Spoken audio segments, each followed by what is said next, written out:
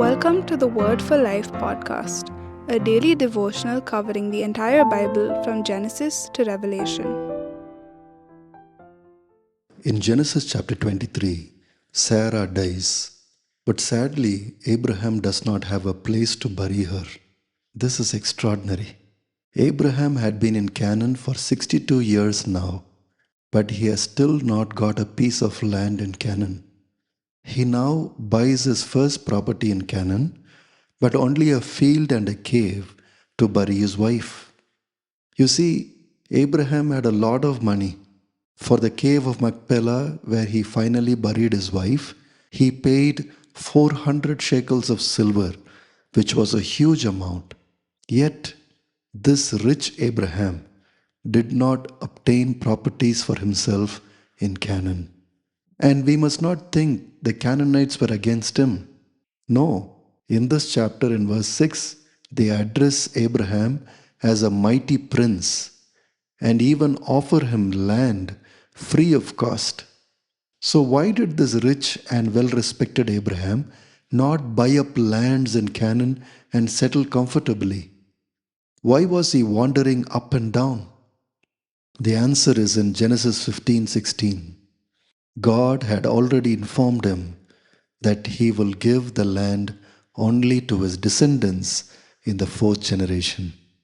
15:16 reads, "In the fourth generation, your descendants will come back here, for the sins of the Amorites has not yet reached its full measure."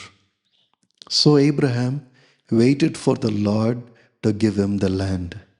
That is why Hebrews 11:9 to 10 says, "By faith, Abraham made his home in the promised land like a stranger in a foreign land. He lived in tents, as did Isaac and Jacob, who were heirs with him of the same promise." Verse 10 says, "For Abraham was looking forward to the city with foundations, whose architect and builder is God." Abraham wanted God to give him Canaan. Friends, God has promised us an eternal kingdom. So we must live as strangers here on earth. We must also consider this earth as a foreign country. We must not love this world and the things of this world. Next, in chapter 24, we read that Abraham did not want his future daughter in law to be a Canaanite. Not only did Abraham own a property in Canaan, he did not want his son to have relatives in Canaan too. So he sent his servant to find a wife in Haran, his original hometown. You see, Abraham had seen the sinful lifestyles of the Canaanites, especially of the people of Sodom and Gomorrah, for a long, long time. And so, he did not want his daughter in law to be from the people of Canaan.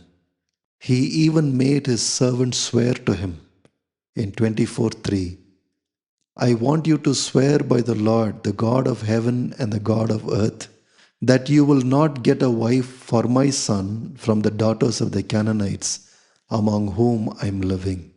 Friends, this does not mean Abraham did not want to stay in Canaan. This does not mean Abraham hated Canaan. In fact, Abraham knew that Canaan is his promised land, but he was careful with the Canaanites. That is why he told his servant not to take Isaac away from Canaan. In verse 5 and 6 of chapter 24, the servant asked him, "What if the woman is unwilling to come back with me to this land, that is Canaan? Shall I then take your son back to the country you came from, that is Haran?" Verse 6, "Make sure that you do not take my son back there," Abraham said. So, what we understand is Abraham stayed in Canaan and wanted his son also to stay in Canaan because God had promised the land to them. But Abraham was clear about not having intimate relationships with the people of Canaan. And God honored Abraham's intention by blessing him and Isaac with a beautiful girl called Rebekah. Chapter 24 gives a lengthy description of Rebekah and her godly character. She is very beautiful, very hospitable, and humble like Abraham. She even obeys Abraham's servant when he asked water for his camels. Rebekah is also a woman of daring faith. Just like Abraham did, she also left her hometown, Haran, and came to Hebron, some 800 kilometers away, to marry Isaac, whom she had never met before. She was a woman of faith. The brother and father of Rebekah, Laban and Bethuel, rightly said in verse 50, "This Rebekah is from the Lord." You see, Abraham could have taken a wife from Canaan. That would have increased his social connections with the people of the land. They would have become his relations and therefore would have treated him well. But Abraham chose not to get into an intimate relationship with the Canaanites because God had already told Abraham about the sinfulness of the Canaanites. 15:16 reads, "In the fourth generation, your descendants will come back here, for the sin of the Amorites has not reached its full measure." Therefore, Abraham was quite careful with the sinful Amorites. Friends, today we see the sins of the modern day Canaanites and Amorites displayed for us on our TV screens, magazines, social media, and mobile screens. People today are inventing ungodly lifestyles and storing up the wrath of God for themselves. But we can also intentionally choose to stay away from any intimate relationships with such people and their sinful lifestyles. We can also choose our relationships carefully. Friends, God has Rebekahs for us also.